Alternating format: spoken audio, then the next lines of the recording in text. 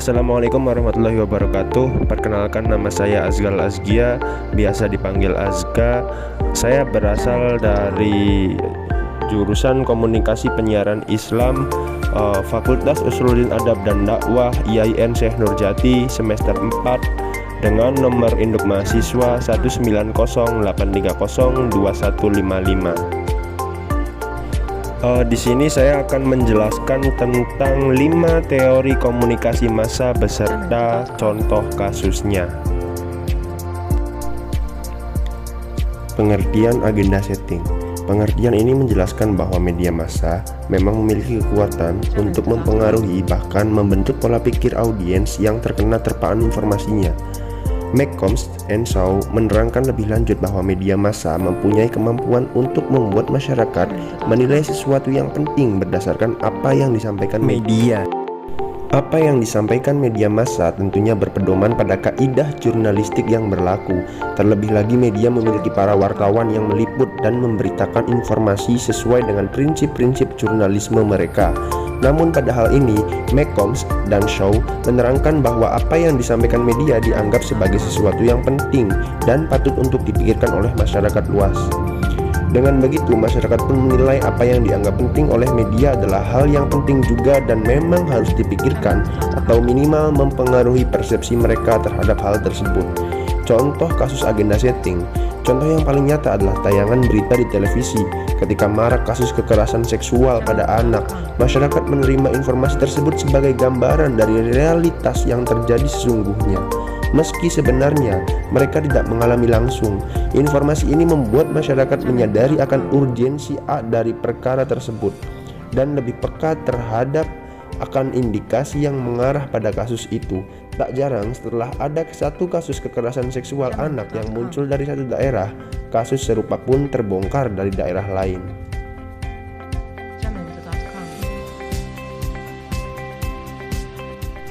Teori yang kedua yaitu teori dependensi atau ketergantungan. Teori ini memperkenalkan tentang pendekatan, juga menolak asumsi kausal dari awal hipotesis penguatan. Untuk mengatasi kelemahan ini, perlu adanya suatu pendekatan sistem yang lebih jauh, yakni perlu adanya kajian yang mendalam dari suatu relasi yang bersifat integral antara pendengar, media, dan sistem sosial yang lebih besar. Namun perlu digarisbawahi sebenarnya bahwa khalayak tidak memiliki ketergantungan yang sama terhadap semua media. Lalu apa yang sebenarnya melandasi ketergantungan khalayak terhadap media massa? Ada 2 jawaban mengenai hal ini. Pertama, khalayak akan menjadi lebih tergantung terhadap media yang telah memenuhi berbagai kebutuhan khalayak bersangkutan dibanding pada media yang menyediakan hanya beberapa kebutuhan saja. Contoh kasusnya, jika Anda mengikuti perkembangan persaingan antara Manchester United, Arsenal, dan Chelsea secara serius, Anda mungkin akan menjadi tergantung pada tayangan langsung Liga Inggris di TV 7.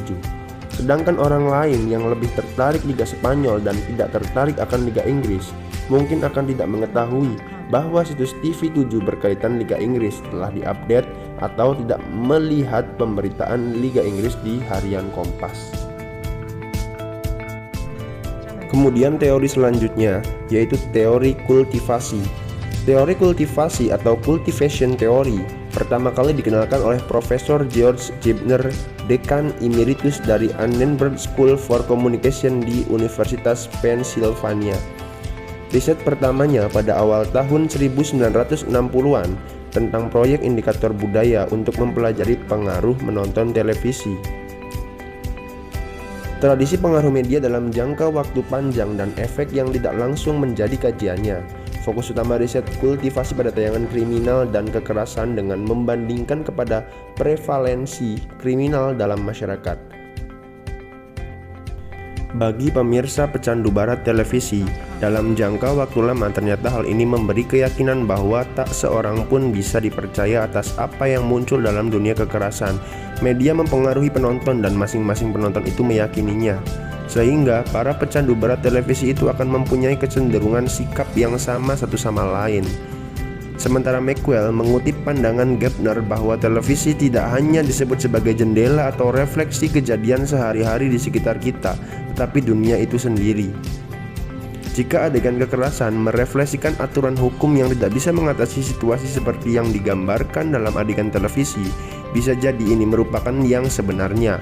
Kekerasan yang ditayangkan televisi dianggap sebagai kekerasan yang terjadi di dunia ini.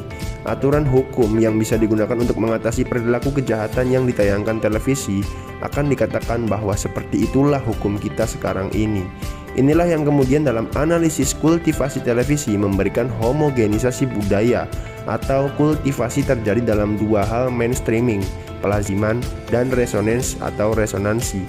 Mainstreaming dalam analisis kultivasi terjadi pada pecandu berat televisi, menonton lebih dari 4 jam per hari, yang mana simbol-simbol televisi telah memonopoli dan mendominasi sumber informasi dan gagasan tentang dunia. Teori selanjutnya yaitu Cultural Imperialism Theory, dikemukakan oleh Herb Sichler tahun 1973. Teori ini berguna untuk menjelaskan bahwa bangsa barat mendominasi media di hampir semua bagian di dunia ini, sehingga pada gilirannya mempunyai kekuatan pengaruh yang sangat kuat terhadap budaya dunia ketiga.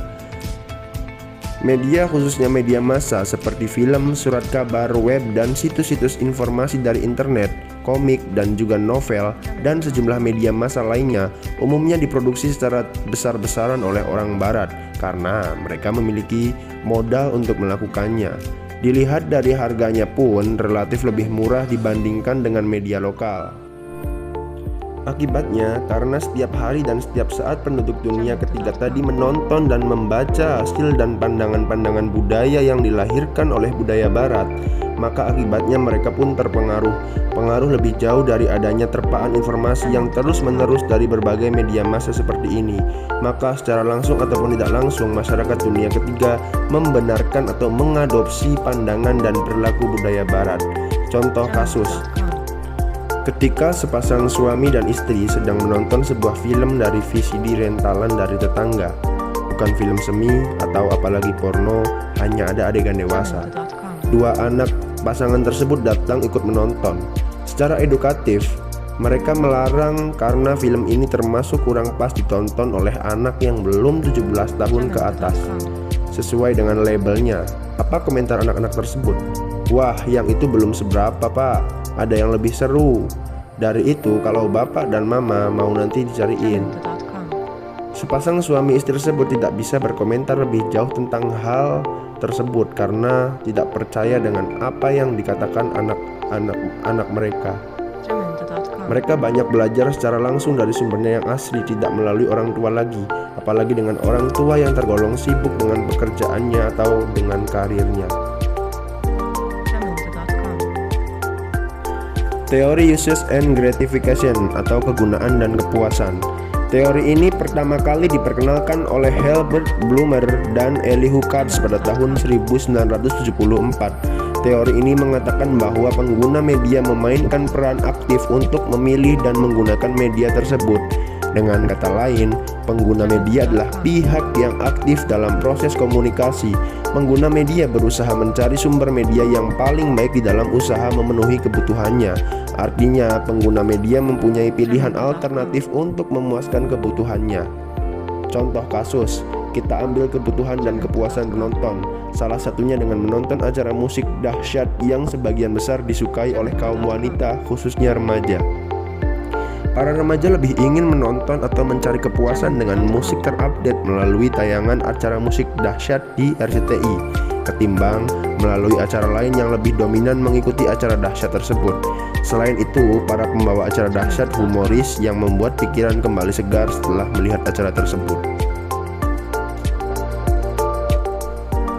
Itu tadi penjelasan 5 teori komunikasi massa beserta contoh dan kasusnya. Terima kasih. Wassalamualaikum warahmatullahi wabarakatuh.